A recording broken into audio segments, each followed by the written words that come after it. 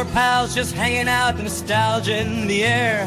Classic shows to celebrate with laughter we all share. We call it a Retro-palooza, it's an hour or two of fun. We're nerding out together and we could probably use some sun. Oh, we're the Retro Pals, living in the past, broadcasting memories that forever last. Retro-palooza, where the old scenes play, laugh until the night turns into day.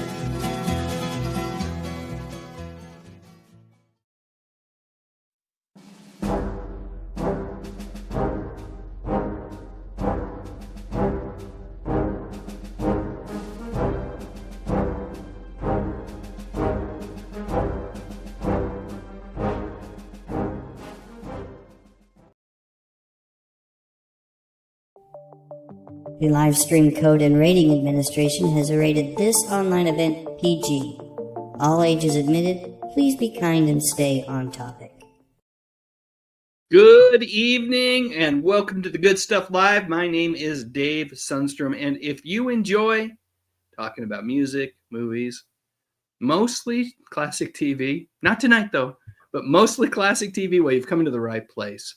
So tonight is another one of the they're special nights. Anytime I can get these fellers on the horn to hang out with me and visit about, quite frankly, any topic. Any topic would be fine with me, but tonight the topic is rom-coms, and they're gonna share their favorite picks, and they're gonna share their partners, their wives' favorite picks. And there are some good ones in here. I'm excited to hear each of them talk about those choices. So without any further ado, I'm going to bring folks on in the order in which they arrived. So first up, Mr.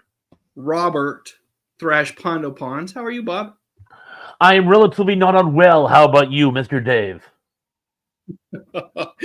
Good. We got some major feedback there for just a second, but glad you're doing well. Pat McCormack, how are you? I'm in the mood for love. Oh, simply nice. Because you're near me. It's funny, but when you're near me, I'm in the mood for love. Okay, guys, come on now. Let's mood for love. There you go.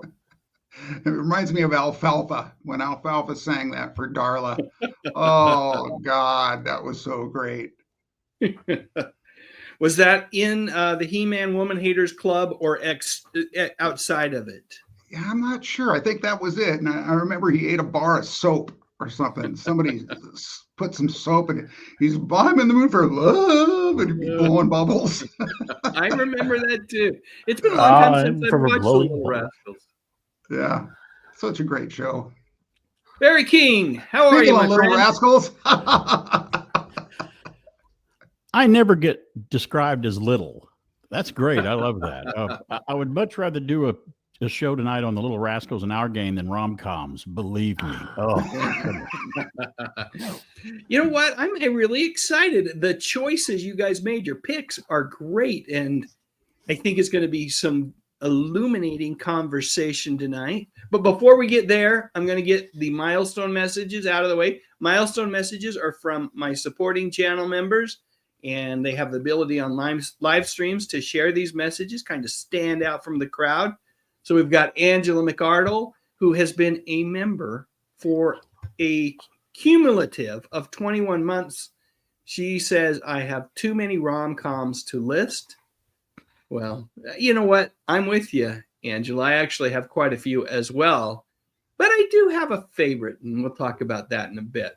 Sarah, a.k.a. My Flock Is Everywhere, who is a relatively new member, been a member for a month, says, good times. Thanks for joining us tonight, Sarah. I love Sarah's channel, and I know, Bob, you have you do some live streaming with her as well, but she is really talented in terms of like a lyricist with the AI music that she does. The lyrics that she comes up with are really great. Really enjoy listening to some of her music there.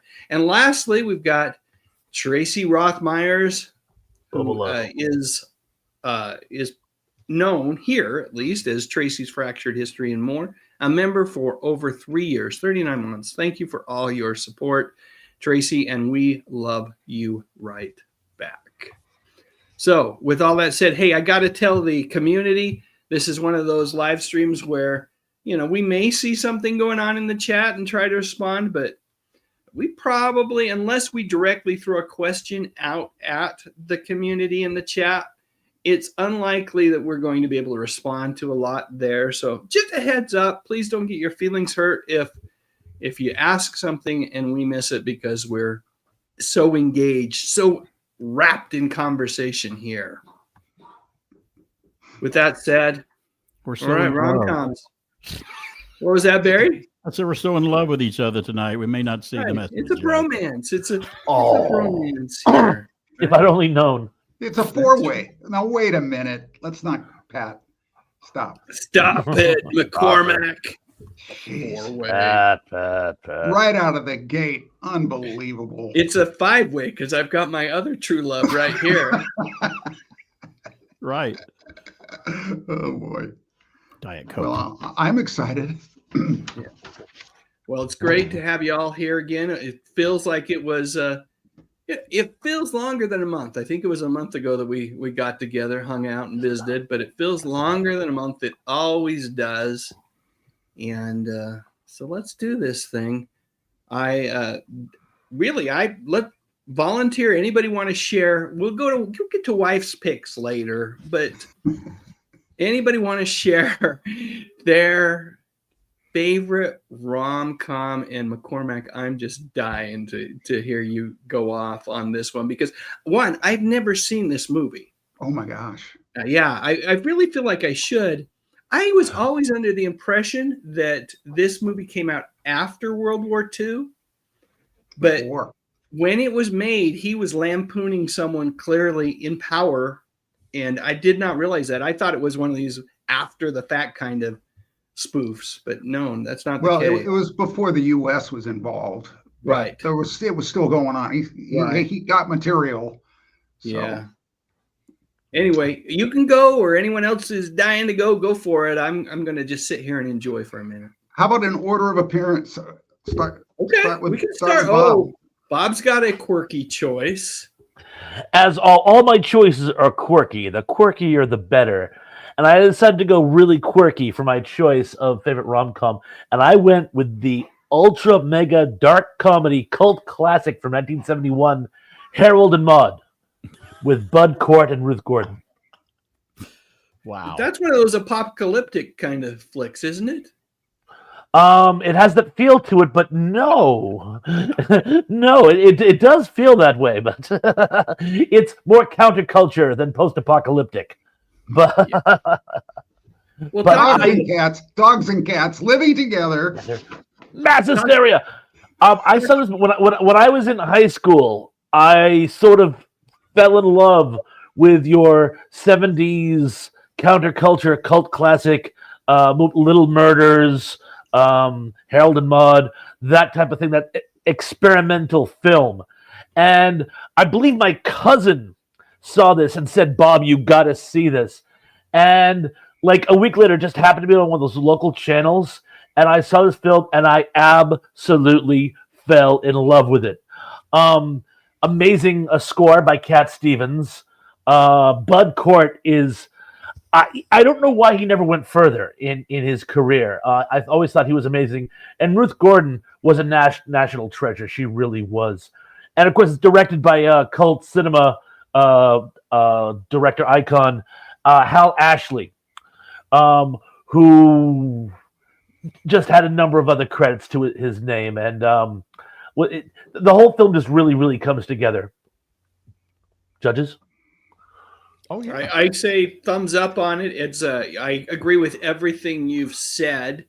It was one of those films that I saw. Also, there were two Bud Cort films that I saw late at night on a UHF channel as I was a teenager, and kind of my exposure to Bud Cort was Brewster McCloud. Anyone remember that one? I think it's a Robert Altman film with Shelley Duvall, and this one. And I got to tell you, when it comes to leading ladies, Ruth Gordon may have Duvall beat. I'm just saying, Ruth Gordon truly is a national treasure. I've done a video on her just because she's Ruth Gordon, and you got to celebrate everything about this lady, and I can't disagree with you. It's not one that I would have thought of traditionally in that rom-com category, probably because we didn't even call them rom-coms back then. That was a comedy. But yeah, great choice, Bob. You guys know Bud Cort went on to do later in his career. He did the voice of the Toy Man on Superman the animated series, and did some work on Justice League Unlimited too. I think did some animated voices. Nice. Yeah. So there you go. He found work. He kept working. He did. That's great that they could do. He was in Dogma too, by the way. Yep. He was in Dogma as well. Dogma, by the way, has nothing to do with our conversation tonight, but is finally getting released on DVD again because Kevin Smith has been able to free it from the Weinstein Empire, which had rights to it up until very recently. So Dogma was one of those movies that if you saw it at a thrift store, you had to buy it because you could sell it on eBay for $100. It was just that rare. But hopefully we'll see that out there for sale and people will be able to get their hands on it, whether it's through streaming or physical media again. Oh, one little fun fact I had to point out. I didn't know this until I was researching this film. The motorcycle cop that is trying to bring Ruth Gordon to justice over the course of the film, that's a very, very, very young Tom Skerritt. And I was like, wow. Before he got into his alien trouble, yeah. It was. It predated Alien. Yeah. Mm-hmm. Wow. Yeah. Very cool. Very cool. Great choice, Bob. Thank you. Well, if you were doing order of appearances, that does take us to your choice, Mr. McCormick. Okay. I mean, I didn't even know what rom-com meant initially. I was like, you want me to check the memory on my computer for the communication application? Rom-com. But now that I have been enlightened, I'm totally hip to the rom-com. I'm a sucker for that kind of stuff. If you can make me laugh and make me feel, it's a laugh and cry thing. You're going to get it both if it's effective enough. And so then I started thinking, well, what have I seen that has literally made me out loud laugh while watching it? And then in this case, literally bawl at the end. I was so blown away by this movie. I'd seen snippets of it. By the way, it's The Great Dictator starring Charlie Chaplin. And the backstory in this is astonishing, but I guess most impressively, written, directed, produced, and performed by Charlie Chaplin. You know, I didn't know that when I first saw it. I just caught it at, a late night TCM showing, and it's like, oh, I've seen snippets of it. There's a lot of famous skits. One of the probably the most famous is when he has the inflatable world.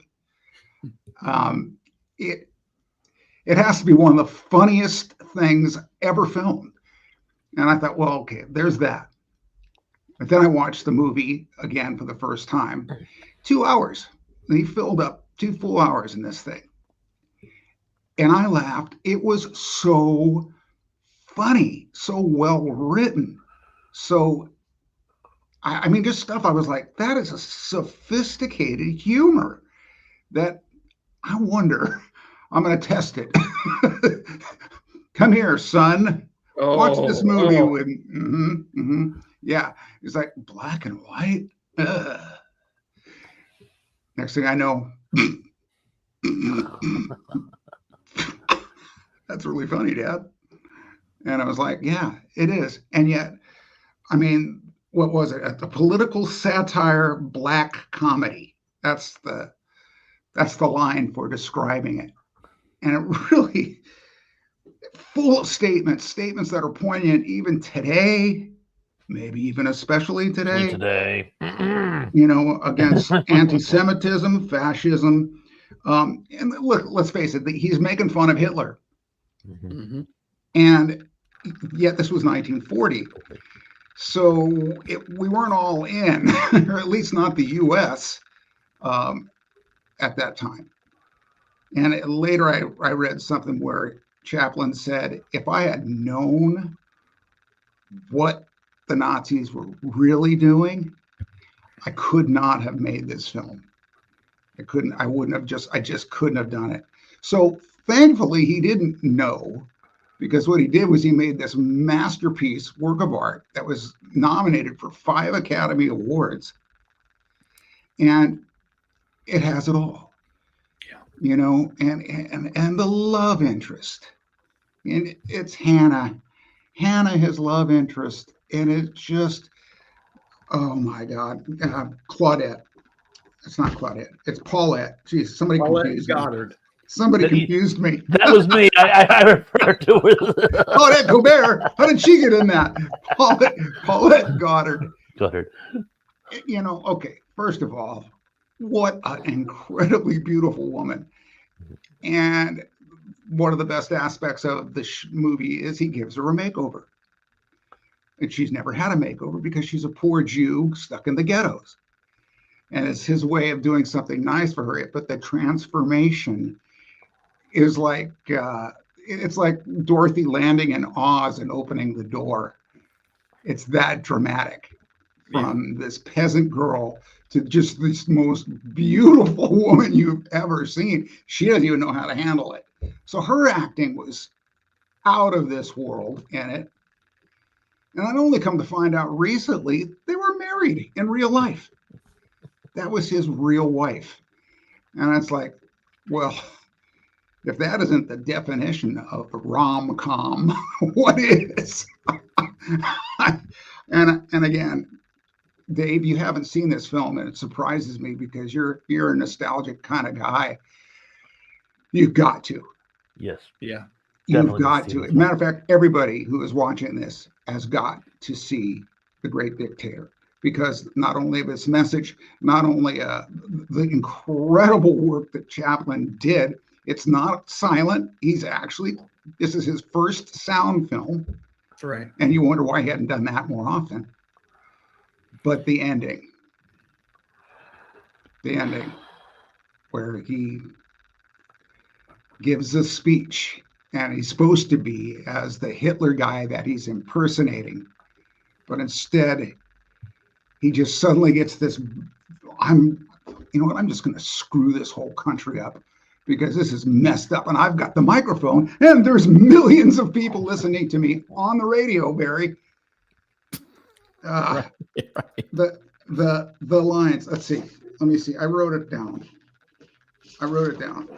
So I want to repeat it.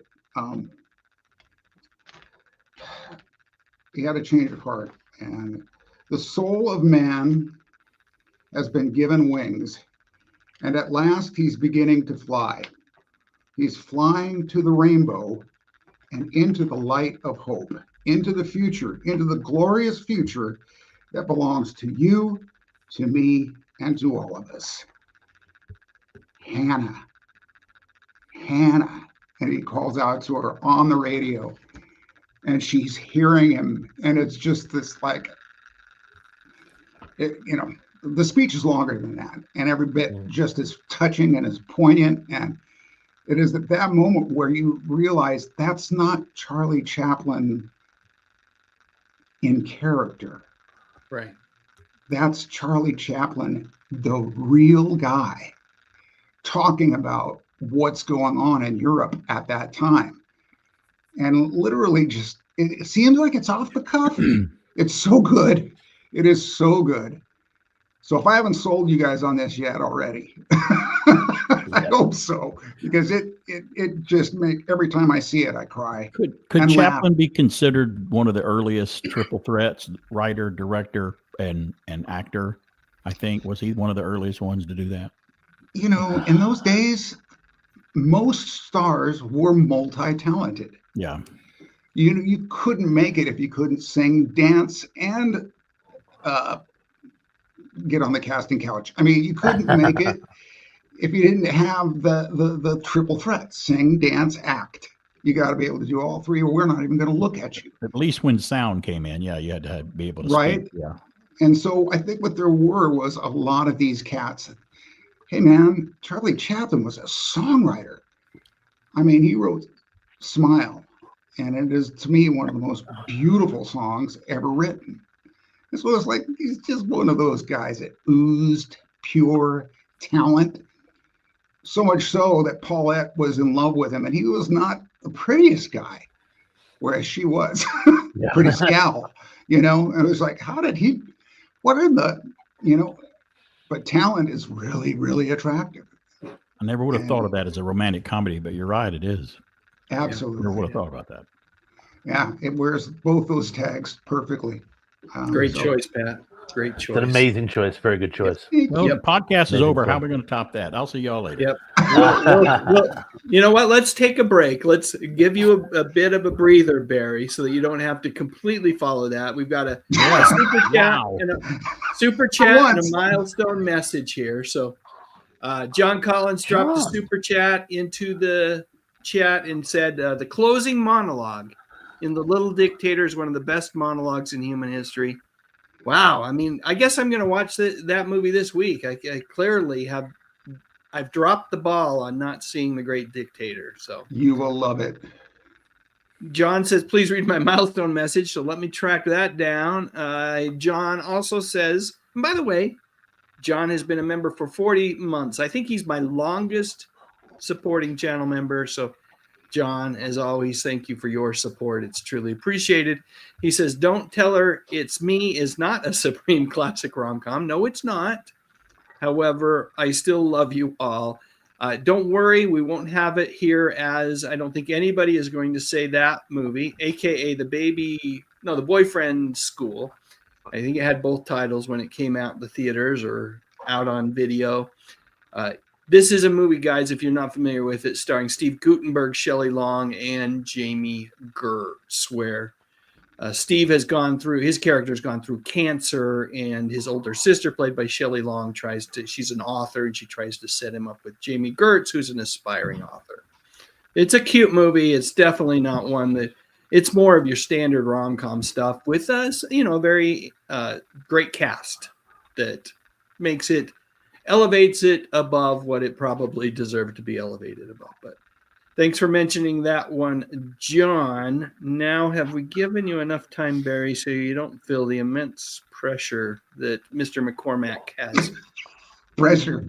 Yes. Well, it's amazing. We're going to go from Harold and Maude to The Great Dictator. The Great Dictator to what I'm going to choose. I guess we're doing our favorite first, and we'll do our wives later. I guess I got a honorable mention later too, but I'll start off by saying rom-coms aren't my forte. They're not my genre of choice of movies, and I found myself digging and trying to find a couple that I remember, and I came up with two, but one of my favorite, I think I narrowed it down, and it's got a hint of fantasy to it, and that's part of the stuff I like. So it's a movie, came out in 1984, directed by Ron Howard. My favorite romantic comedy is Splash, with Tom Hanks and Daryl Hannah, if I had to pick one, because that is probably one of the most all other things aside, that to me, that's one of the most charming movies I think I've ever seen in my life, and it holds up to this day. You can watch it now, and it's just as cute and romantic and funny and charming.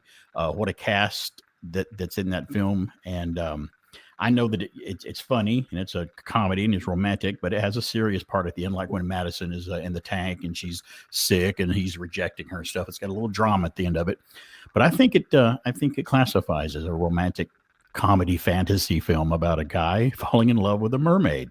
And I think all three of our films so far are pretty quirky with the story. I mean, they're rom-coms, but they're all very different.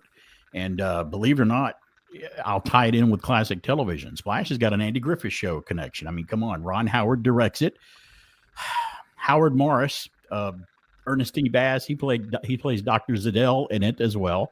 And Rance Howard, Ron's dad, plays McCullough, a character named McCullough in it. And Clint Howard is in it as a wedding guest. So, Ron's going to get his Andy Griffith buddies in there, a little nepotism with friends and family. So Splash early directorial effort by Ron Howard is my probably my favorite romantic comedy, and I'm sure all you guys love it. Who didn't love that movie? It was great. Right. Yeah. Yeah.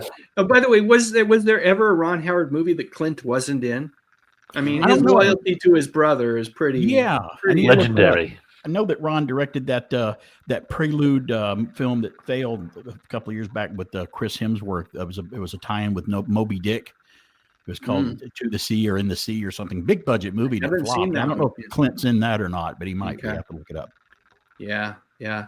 He definitely likes to cast family members, and boy, as someone who's read his memoir that he wrote with Clint, The Boys, clearly just the affection that he has for. They both had You great- can see why he would include as many people from the Andy Griffith Show as he could, because and his dad, because he had great parents. Ron did not Yeah. fall into that child actor tragedy like a lot of Right. others did, because he had great parents. And that fountain from Splash is on display at Disney. You can see that actual fountain that was in the movie is at the park.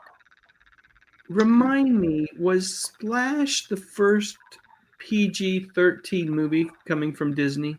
From that Oh, from Disney. I Touchstone don't- label? I don't know if it was the first PG-13. I know the first PG movie from Disney was The Black Hole in 1979, but I'm not sure which it may have been. We have to look that up and see. That's I a good think point. it was. I remember reading the headlines that, as a matter of fact, I think it was the first movie that came out on that Touchstone Studio label. And they created it so that they could Do that. do movies that were slightly more adult.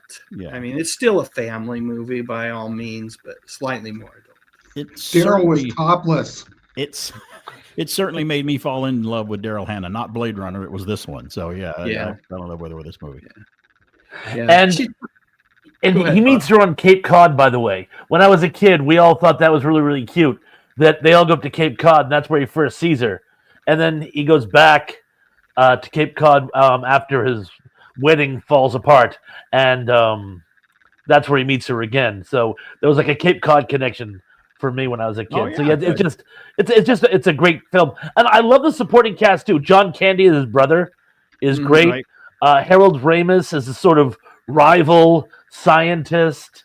Eugene Levy. Yep. Oh yeah, I'm sorry. Right. I always Hey, Eugene yeah. Levy. Thank you. SCTV alum. They're all funny. You're right. But it's just a really fun movie, and yeah, the movie came out when I was a teenager. So yeah, Daryl Hannah. Let's just say she hit the chord. You know? Yes. She First did. movie I remember seeing her in. She might have been in something before then, but that's where I remember her from. I think That it was put her big on the map. breakthrough. It certainly was. Put her Yeah. on the map for sure. For sure. Well, great choice, Barry. I love it, and I love the fantasy elements of that one for sure. Mine is more traditional. It is, I think, a matter of fact, it's the prototype rom-com. If you ask me, it's the one that I don't know. It's When Harry Met Sally. So I love this film, written by Nora Ephron. No, it was directed by Rob Reiner, right? Mhm. Yeah. Yeah. For a moment there, I was going to say directed by Nora Ephron, but she did that later on. This was written by her, directed by Rob Reiner, and Rob was in it also as a cast member, if I remember right. A couple of scenes with him as Billy Crystal character's friend, but just the pairing of Billy Crystal and Meg Ryan in this movie couldn't have been more perfect, if you ask me. I love both of these actors. And really, this was at their prime. They were just so good together. They had such great charisma together. You watched the Super Bowl yesterday. You got to see them reprise a scene together, somewhat slightly different this time around because they were selling a product. But the whole movie is just fantastic. It is when I think of a rom-com, I love the way that they framed that movie with the older versions of themselves talking about, they had actual older couples, and then they also had Billy Crystal and Meg Ryan together as if they were older, talking about Almost like a documentary. Yeah. Yeah, it had that documentary feel to it for that piece of it. And it's just You mentioned earlier, Pat, that the beautiful thing about a rom-com is you got the laughs, right? And there's the goodness in that, but then you feel something. And that's what this movie does for me. This exploration of what love really is, and can love blossom out of a friendship? Can men and women be friends? It's a great movie, and I don't think there's probably, you guys have all seen it, right? This is not one of those movies that people Did you have. know that I did not see it till last year for the first time? Really? I've never seen it because it was playing in the theater thanks to Flashback Cinema. Had it on the big screen last year and went to see it in the theater. So with friends, so I got to see it finally. Yeah, it's great. I've been known to have what she's having multiple times too. I was friends with my wife now first, and it works. When you're friends first, it works out better this way. I think I got the right formula now. We were enemies first. Enemies works better. I tried that once. That didn't work. It's a thin line. It's a thin line between love and hate, Bob. Thin line. So very true. Line between. Very true. Has the hate gone out of our marriage? Mine's alive and well today, as a matter of fact. Well, why don't we do reverse order when we talk about spouses' choices? So I'll start with mine. I've only watched this movie once. I watched it with Kim, and I thought it was great. I'm a real big fan of this director now. The director's John M. Chu. I loved his work with Wicked. But an earlier film that he did that I did enjoy an awful lot, but I had to think to myself, was this a rom-com? But it absolutely is. There's some drama involved in it as well. I'm talking about, I think this is probably 5 years old now, Crazy Rich Asians, starring Constance Wu. Boy, I'm drawing a blank on the guy's name. And of course, there we got Michelle Yeoh in the screen as well as his mother. But really fun movie, really well directed. And of course, my wife loves it.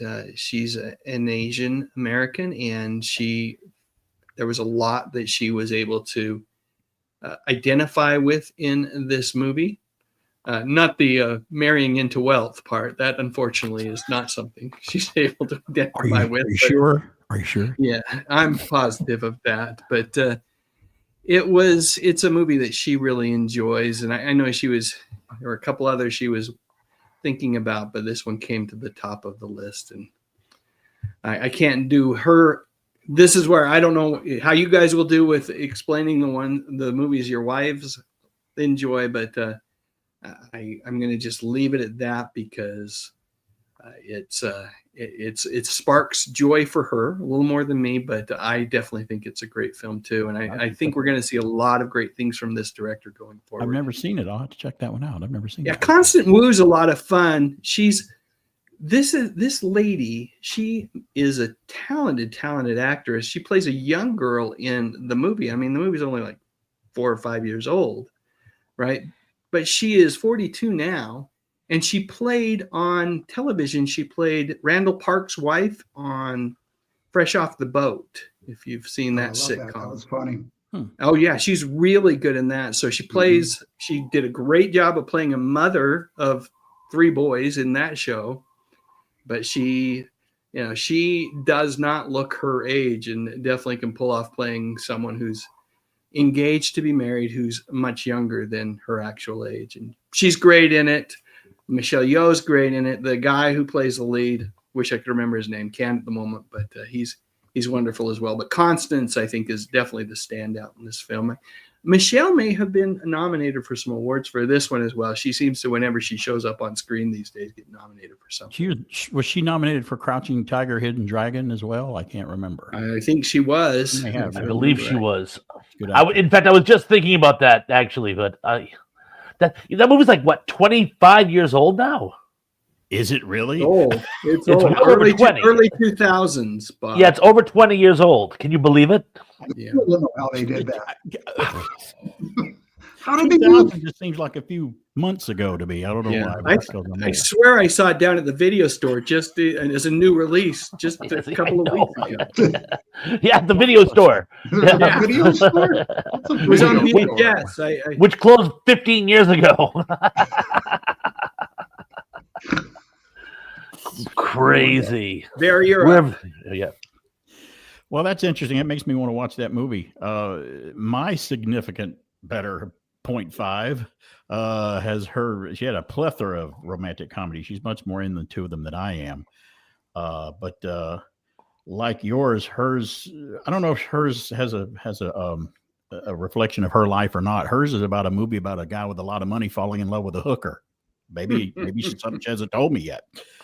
But the big, what was it? I had it written down. When did it come out? 1990. Richard Gere, Julia Roberts, Pretty Woman, I guess, was considered one of the biggest romantic comedies of all time. And that's my little lady's favorite romantic comedy of all time. She said The Proposal came in a close second. And there's another crazy movie. Love that movie. Love The Proposal. Pretty Woman. Wow. A movie about a guy falling in love with a hooker. And, who hasn't been there? And it turns out all right at the end. Directed by Gary Marshall himself. Big comedy director. Happy Days. Penny Marshall's brother. Yeah. Yeah. Now that movie, I remember reading when it came out, with the original scripts for Pretty Woman were much darker than what we ever saw on screen. Gary Marshall and the team, that was a Disney film as well under, I believe, Touchstone. And one of the things, Dave, when you were talking about Harry Met Sally that come to mind, like you thought of Pretty Woman, is Tom Hanks was offered that first and not Billy Crystal. And he turned it down because he didn't like the dialogue. I did not know that. That's a very interesting point on that movie. They would team up later for Sleepless in Seattle, though. Yeah. So that's interesting.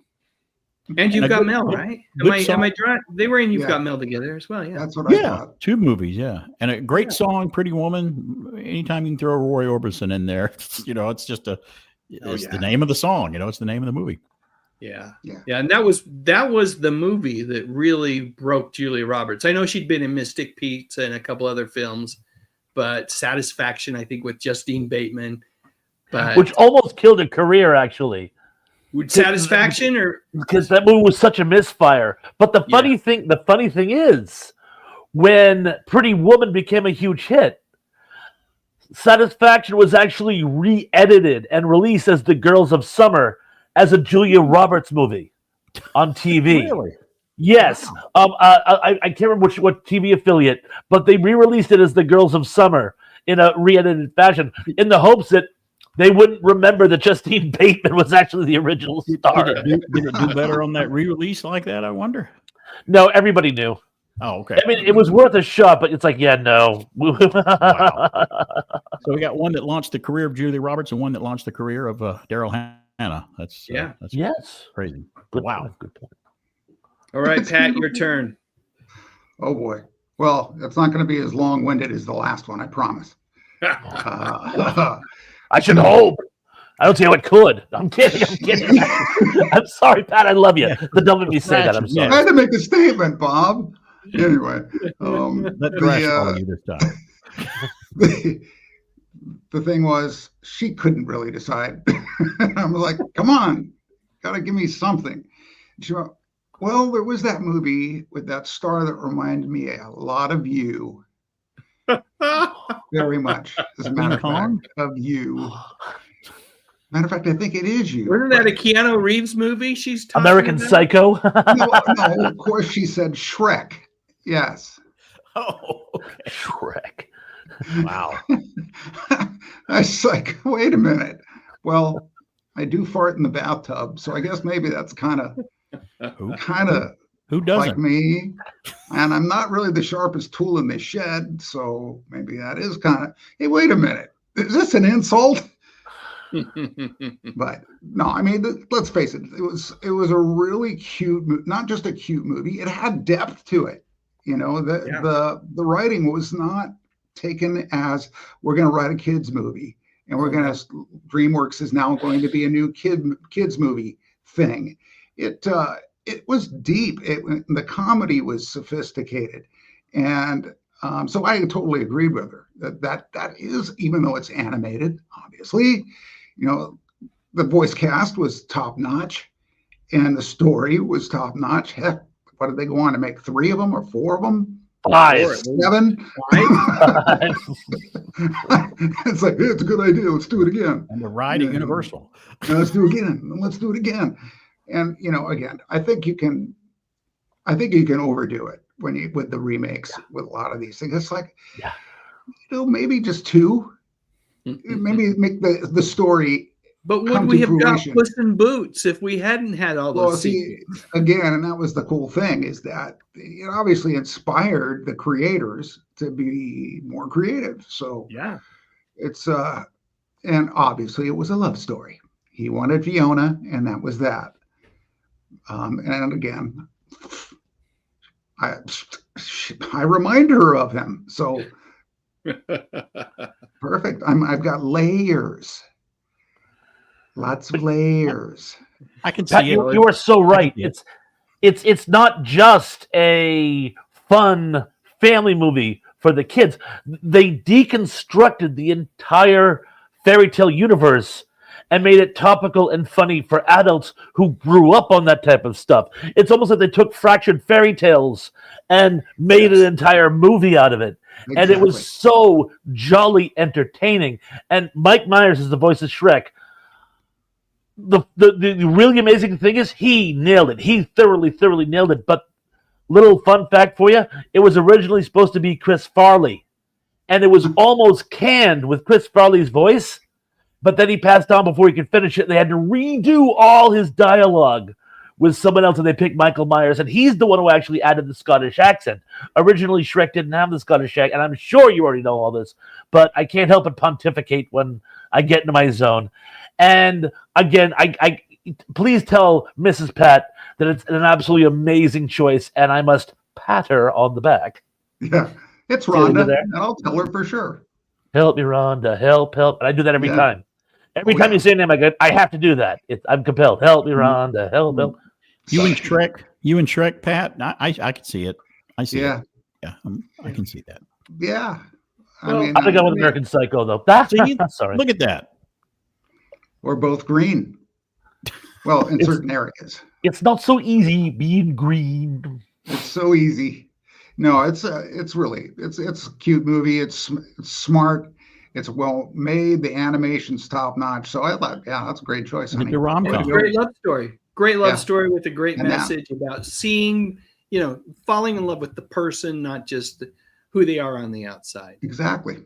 Love it. Exactly. Love it. We probably have seen that movie in the Sunstrom home 20 times because that was the movie as my boys were growing up, that whenever we were going on a trip or something and you'd had the DVD player in the car, I at least have heard it 20 times as I've tooled my way around this country in a minivan. So great coming movie. From the back seat.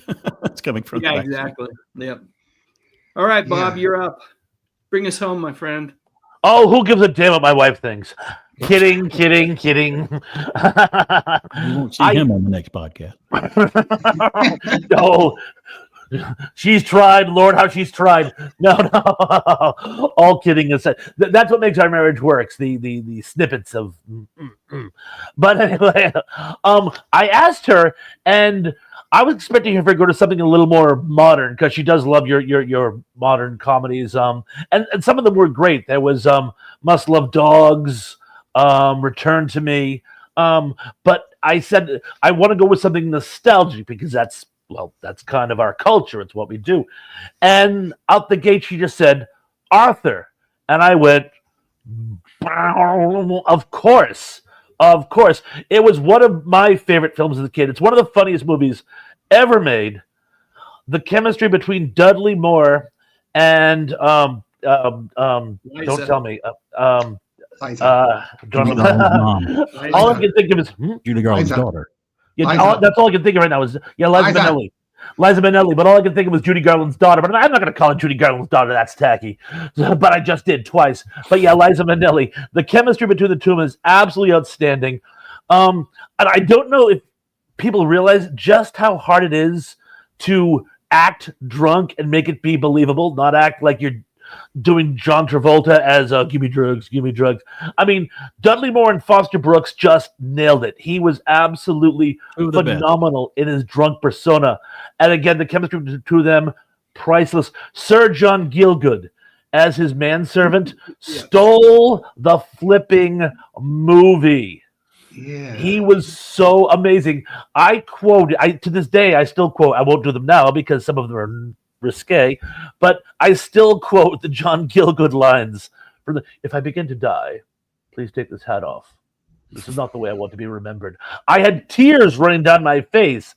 It was just so hysterical. And again, like so many other movies, if you look really closely, you could make a drinking game out of pointing out the character actors who have bit parts. Oh, he was in that. Oh, he was in this. Her father is Seinfeld's father in the TV show Seinfeld. Been a character actor for decades. And just a cornucopia of other people. And the scene, just little scenes, like the scene where, he's in the study and it's like, you must have really hated this, Moose. Where's the rest of the moose? I'm like dying. Will you forget the moose? Right. It's just such an amazing movie. And she just walked in. She's like, yes, you picked a wonderful movie, dear. Thank you very much. But that's her pick. Yeah, that was my first choice. Actually, that's what I was going to go with, and then I put some deep thought in and was like, because that's I agree with you. That's a great flick. Arthur's easily number 2 for me for sure. I mean, it's in there. Didn't Gielgud, I can't say his name. Did he win an Oscar for that? I believe he was nominated for Best Supporting Actor. Whether or not he won it, I'm not entirely sure. He may have. Again, we're going back 45 years at this point. Yeah. But he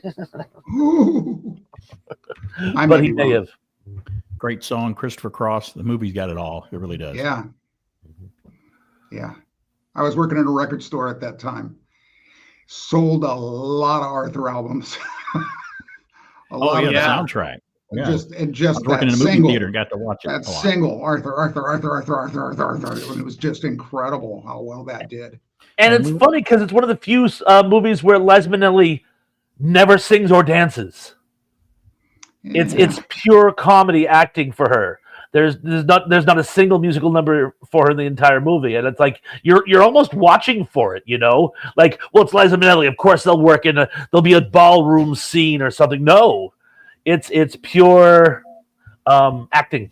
Yeah, which is great. Another film that didn't need a sequel and should never have had one. So yeah, right. Or a remake. Right, a remake what? Too. There's a remake. I don't remember a remake. Who did? Yeah. Who was in that, and what was that? Russell Brand did a remake with Judi Dench as the manservant, and it was as bad as he proved to be as a human being.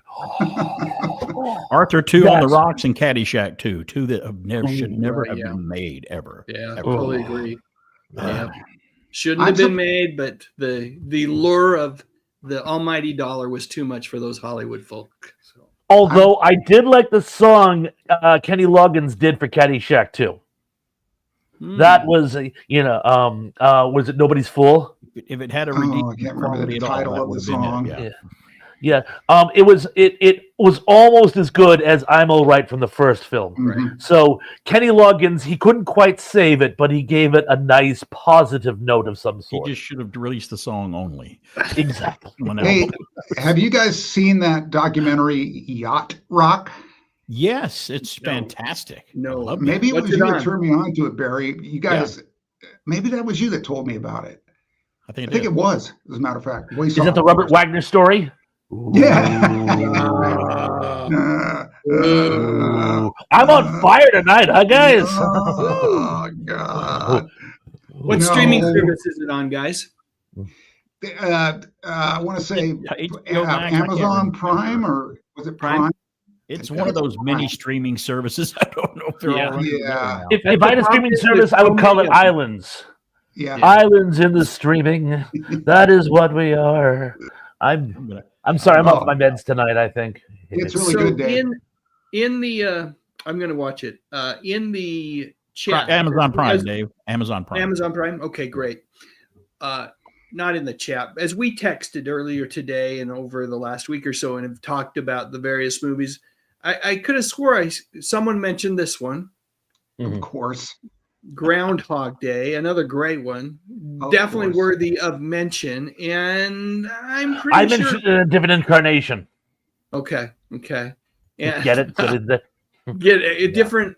And someone mentioned Roman Holiday. I know they did. I did 1953 Roman Holiday with that's probably my second favorite after Arthur.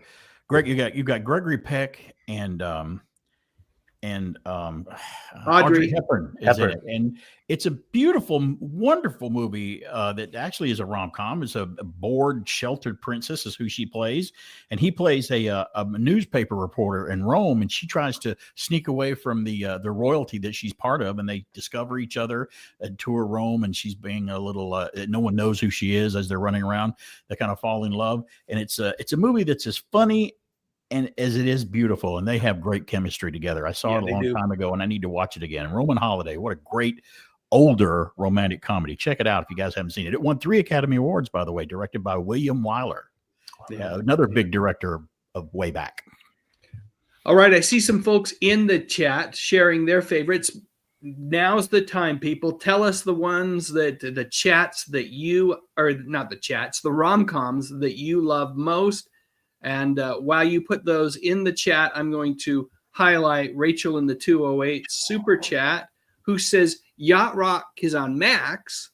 Incredible documentary. So, okay, it's on Amazon Prime too, because I just looked up. I think you can watch it. It's probably because you can get Max on Amazon Prime through that. Yeah, so that's probably how you saw it there. But I've got both services, so I'm in luck and got something along with. I've got Yacht Rock and The Great Dictator I've got to watch this week if I really want to call myself a pop culture historian. Clearly, these are things you have to do, or you have to give up the name, the title, right? Even though it's self-proclaimed, I would have to hand it over to yourself.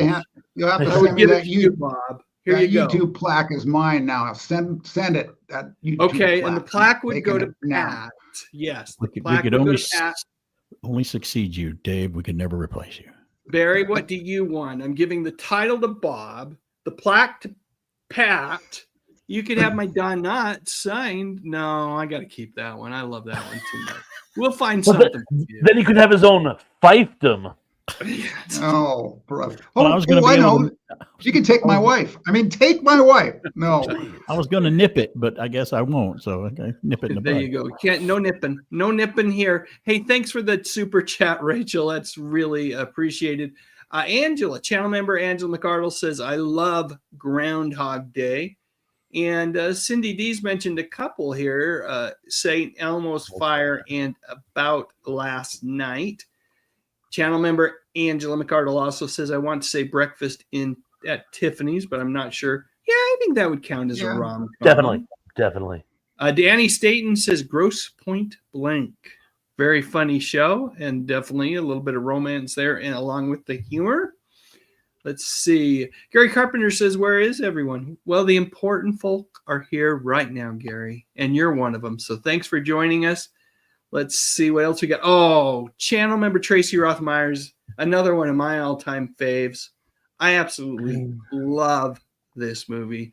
The pairing, they've been in 3 movies together, I think. This one, 51st Dates, Wedding Singer, and Blended. Blended's probably the weakest of the 3, but they just have such great charisma together. And that might be, as much as I love The Wedding Singer, because the soundtrack's awesome, 51st Dates might be the high point for them as a couple in movies.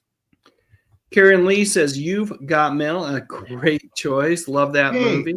Karen Lee, I got your mail today, by the way. Thank you. She sent me a nice thank you card. She's a nice lady. Cool. I don't know why. She just felt like thanking me. Just for being me, I guess. You know what? You deserve things, Pat. You know what's even better? You know what's even better? She sent money too. What? Holy cow. Really? Just a gigolo everywhere I go. Eric The Unapologetic Geek channel member says Sabrina, a great one. The question is, are we talking remake with Harrison Ford or the Humphrey Bogart original? You have to talk Humphrey Bogart original. Okay, all right. I do love the Harrison Ford one though. Nothing wrong with it. But if you're doing one or the other, you have to go with the original.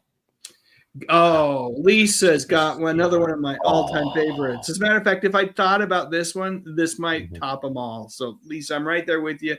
The Ghost and Mrs. Muir, Rex Harrison, Gene Tierney. Oh, that's what movies are all about. Great TV show too. Yeah, fun TV show. Yeah, really fun. With Edward Mulhare, who later on went to Knight Industries. Yeah, went to work for Knight Industries. That's right. Oh, and Charles Nelson Riley as the descendant. Yes. As Uncle, whatever his name was. Can't remember. Right. Daddy Sally says when Harry met Sally, the Super Bowl commercial where they created it was incredible. Yeah, that was fun watching the recreation. Hey, I got to cut in real quick. Yeah. Karen Lee wants me to explain, and I don't blame her, quite frankly, because of the way I made that sound. I sent her a book that I had done a review on. Okay. I was done with, and I knew she would love it, and I just sent it to her, and she responded by giving me the postage. So, very nice. People have sick minds. That's what I love about reason. That's what I love about this community, though. Everybody's so kind and thoughtful. Thanks. Yeah, clearly you doing that. Closest thing I've ever gotten to a super chat, Dave. Closest thing. Go. Yes. What else do we have? Karen Lee also mentions Pillow Talk. Doris Day. I can't believe we haven't mentioned a single Doris Day movie. No, we have not. Either with Rock Hudson or James Garner. But none of them. I can't believe we didn't mention a single one. I love those love triangle movies she did with Tony Randall, where he was the third wheel. I always love those. So is Pillow Talk the one that she did with James Garner where she comes back from the dead? Or I think that was Rock Hudson, wasn't it? Oh, no, I'm confused. Talk was with Rock Hudson. What was the one that she did with the one where it's a remake where she comes back, she's been on an island for... Yeah, baby something or other, baby I'm back, or no, that's not something like that. It might be. Pillow Talk was the one where they're both ad executives, right? Is that the one? I think so. And the guy invents the triple martini mint, which I will one day invent myself. How many flavors are there? 6. Well, let's have one of each. Yeah, I thought that was Rock Hudson for sure. That one is. The one with the agents, that's Rock Hudson. James Garner did the one where Baby I'm Back was all I could. That's the working title. I can't think what it really is called. Right. And he also did one where she becomes the soap girl. She becomes this like this sort of a huckster for detergent, and ends up making more money than her husband, and it puts a strain on the marriage. James Garner's in that one as well, and I think they did actually one more together, but. It's Move Over Darling is the movie. Yes, because she comes back and he's just about to get married again because she was just declared legally dead. Yes, Move Over Darling. Exactly. Yep. Let's see. Where were we? Rachel in the 208 says 16 Candles. So John Hughes. A lot of teen angst rom-coms there with Mr. John Hughes. And channel member Angela McArdle mentions My Fair Lady with a question mark. Count it. Definitely a rom-com with some music added. I could have danced all night. GMEC says Dirty Dancing. And Cindy D says Coming to America Pretty in Pink. Channel member Angela McArdle agrees with that assessment of Pretty in Pink. Oh, Ghost. Raja 1938 mentions Ghost. Is a rom-com? I don't know if it's a comedy. There is some like comedy. A rom-com. Whoopi brings the comedy into that. Oh yeah, that's true.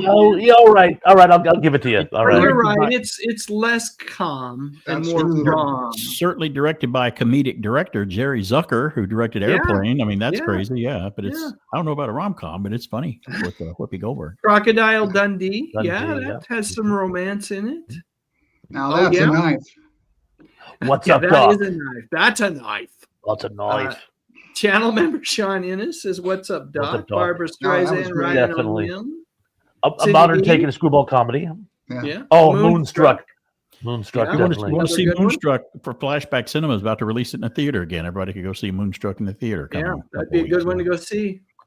Peggy How Sue about- got married. I was going to say Peter Sellers in The Party. You guys remember The Party? I didn't see The haven't Party, seen no. that one. That's another one I haven't seen, and I know I Which should. one is that? Oh my gosh. You Yeah. What is guys, that? don't make me fly out there. I know where you guys live, thousands of miles away, which is why I can't do that. I But told you to come on out. The Party, yeah, it's one of Sellers' best. He is hilarious, and it is a love story. So anyway, sorry, I wanted to steal Love the it. podium Love like it. that. Love it. I think I saw it, just don't recall it. But One of the most memorable things is how the detergent gets thrown in the pool that runs through the entire house because the guy's so rich, and the whole house turns into giant suds, and it's really madcap. But Peter Sellers is so funny in it that, and it was a romance too. So, all right. Love it. Love it. So let's see. Karen Lee says you're welcome, Pat. Thank you. It was good for me. Superplex, channel member Superplex mentions Educating Rita with Michael Caine. Anyone remember that one? Oh yeah, in the 80s. And Blake Daddy- Edwards. Blake Yep. Edwards was The Party. Yeah. Thanks. Blake Edwards was the party director. Hmm. Yeah, and this was in the 60s, right? Yeah. Have to see that So one. good. So good. From the very beginning to the very end. And it's a Hilarious. rom-com? Yeah. Who's who's opposite? Sellers? Not Colbert, but Claudette Colbert. no. Here we go again. No, but the girl that was the French singer girl oh, that shot Oh, her yeah. boyfriend in real life. And oh yeah, he was hot. Claudia. You mentioned Blake Edwards, Dave. Yeah. He also directed. It's a musical, but it's actually a rom-com as well. Victor Victoria with James Garner and Julie Andrews, and there's a lot of romance comedy in that film because they fell in love with each other in that movie. The girl was married to Andy Williams for a long time. I can't French see her name girl. to save my life. I know you talk about it. Claudine Longuette. That's or it. Longet, or however you want to say Longet, yeah. it. Longet. Okay. Yeah. Oh, yeah. She was sexy. And while I was looking Lee. that up, while you said something, Barry, I missed it. You got to say it again. Oh no, I just was mentioning Victor Victoria with yeah. James Absolutely. Garner and Julie Andrews. It's a musical romantic comedy. While Blake Edwards directed that. Of course, was married to her for a long time. So, yeah. Well, you know what? I see some folks, including Brogu, in the chat that's saying they have to go. It's probably time to wrap up the stream anyway. If I didn't put your comment on the screen and we didn't highlight your favorite rom-com, my apologies. Trust me, I'll see it later when I rewatch the whole thing and read the chat. I love just reading the chat and kind of having our conversation be the background and focus on the chat. And so I'll make sure I do that in the not too distant future. And look at some of our channel members had pointed out Longet as well. Longet. Claudine. Guys, I want you to tell everybody where they can find you and what you are up to. I'm going to start with you, Pat, because I'm finished listening to your latest podcast this morning with Parker Stephenson. So maybe tell us a little bit about your channel, what you're up to these days, that kind of stuff. What I'm up to these days is still home renovation. But other than that, it's all consuming. But I've repurposed my videos to be in vertical format. And it seems to be breathing a whole new life into what I'd already had out on the Golden Rage of TV, the channel. And, let's face it, shorts are very popular. Vertical format is popular. And what I'm seeing is a lot, and I'm thinking, Dave, you're probably helping me out here. But with that said, I'm seeing a lot more views on stuff that I'd done, which originally didn't get that much, as much as I'd hoped. And so it's really interesting. I'm almost like it's almost rekindling the fact that that work wasn't in vain. It's like, all right. And so that's what I'm doing with that. And I have my own Instagram page that I really highlight that stuff on it. And I call it Retro TV Rocker. So you can follow me at Retro TV Rocker. I need followers on Instagram specifically. And, of course, always on YouTube, which is Golden Rage TV. And other than that, just keeping my sanity. How's that coming? That's probably the most important thing one can do is keep their sanity. Problem is, Barry asked how it's going. That triggered me. Much better now. I'm much better now. All right, with that, we'll move over to you, Barry. Talk to us about what you're doing, my friend. Well, checked out on Sanity a long time ago for me. So, yeah, to be able to do the radio. Right here, WBHF Radio, WBHFradio.org. I've got a show every Saturday from 10 a.m. till noon. BK on the air. That's me. I talk about a lot of what these guys like to talk about on their YouTube channels, what they represent. I was born in the 60s. I grew up in the 70s. I graduated high school in the early 80s. That's my Gen X opinion about things and where I come from. And yeah, you can stream us at our web. We got our own app called WBHF Radio app that you can download from both platforms you can do, or you can use TuneIn or Radio Garden. There's other apps you can hear us on if you can't hear us on terrestrial radio. But you can also, I have a YouTube channel as well that where I don't have as much up as these guys have, but I got some older commercials and some older shows, and going to start putting my show back up on there eventually once our newness of our app is worn off. And you can email me at bkontheair@gmail.com. And I'm on social media too. I'm going to Facebook, X, and Instagram. Just look for BK on there. I like to connect with everybody, and I'm just happy and so fun to see everybody tonight and every Retro Palooza that we do. Your turn, Bob. Well, you can find me right on Thrash Pondo Ponds. I'm still doing the YouTube channel thing. I do my Sunday Night Live chats, which are solo, except every other night, except for the exceptions, where I'm joined by our good friend, Sister Sarah, and Denny Staten, and we usually cook up a little, I guess you'd call it a triple solo or a trio, you might say. I've also been joining Kevin Lambert or Lambert, whichever you'd prefer, at the entertainment headquarters, where we've been talking about everybody's favorite classic kaiju monsters. The 13th, we are going to be doing one on King Kong versus Godzilla, possibly my all-time favorite. Always loved that one. I do new content. I have something I'm working on this week, a couple of somethings. But I'm not going to say which one it is because I haven't quite decided which one I'm going to go with. But you can still find new content on my channel. And what else can I say? I love hanging out with you guys, so you can always find me with Dave. It's awesome. And Pat and Barry, of course. That's right. I'm so grateful that all three of you fellers are willing to hang out with me from time to time. I got chastised in the chat. I was reading some of the chat there. Danny says, I shouldn't be doing this on Monday nights because wrestling. Danny, I'm sorry. Wednesday nights, unfortunately, right now I'm teaching in the evenings, and so this is really the only night I have available, except for weekends. And I've got family members that kind of want to take up my weekend time. So who's Danny wrestling? What's that? Who's he wrestling that's interfering with? Yeah, he's got wrestling. Talking about Rom-Com, if you know Danny actually comes from a rich history of professional wrestling. This is true. Okay.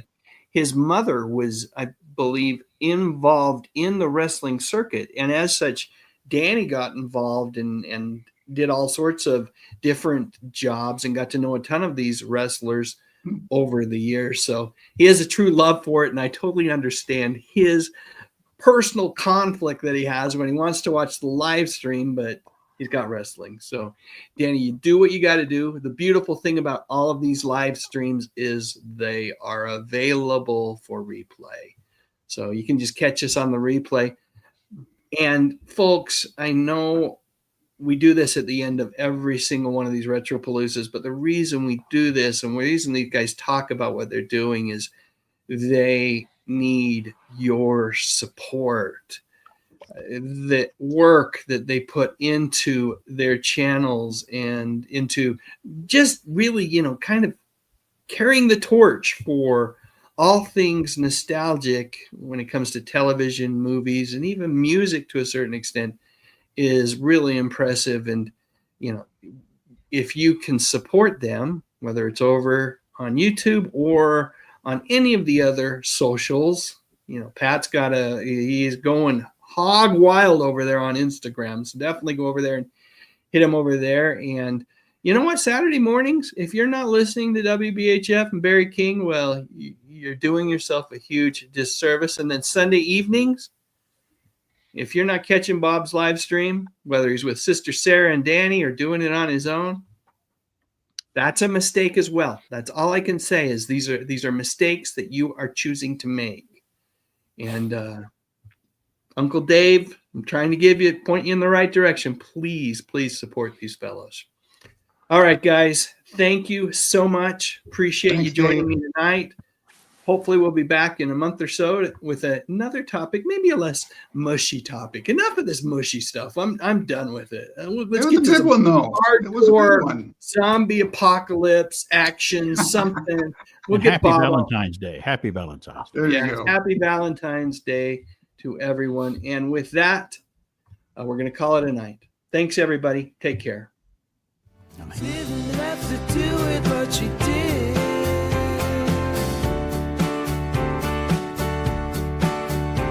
So thank you very much for your support, for your support, for your support.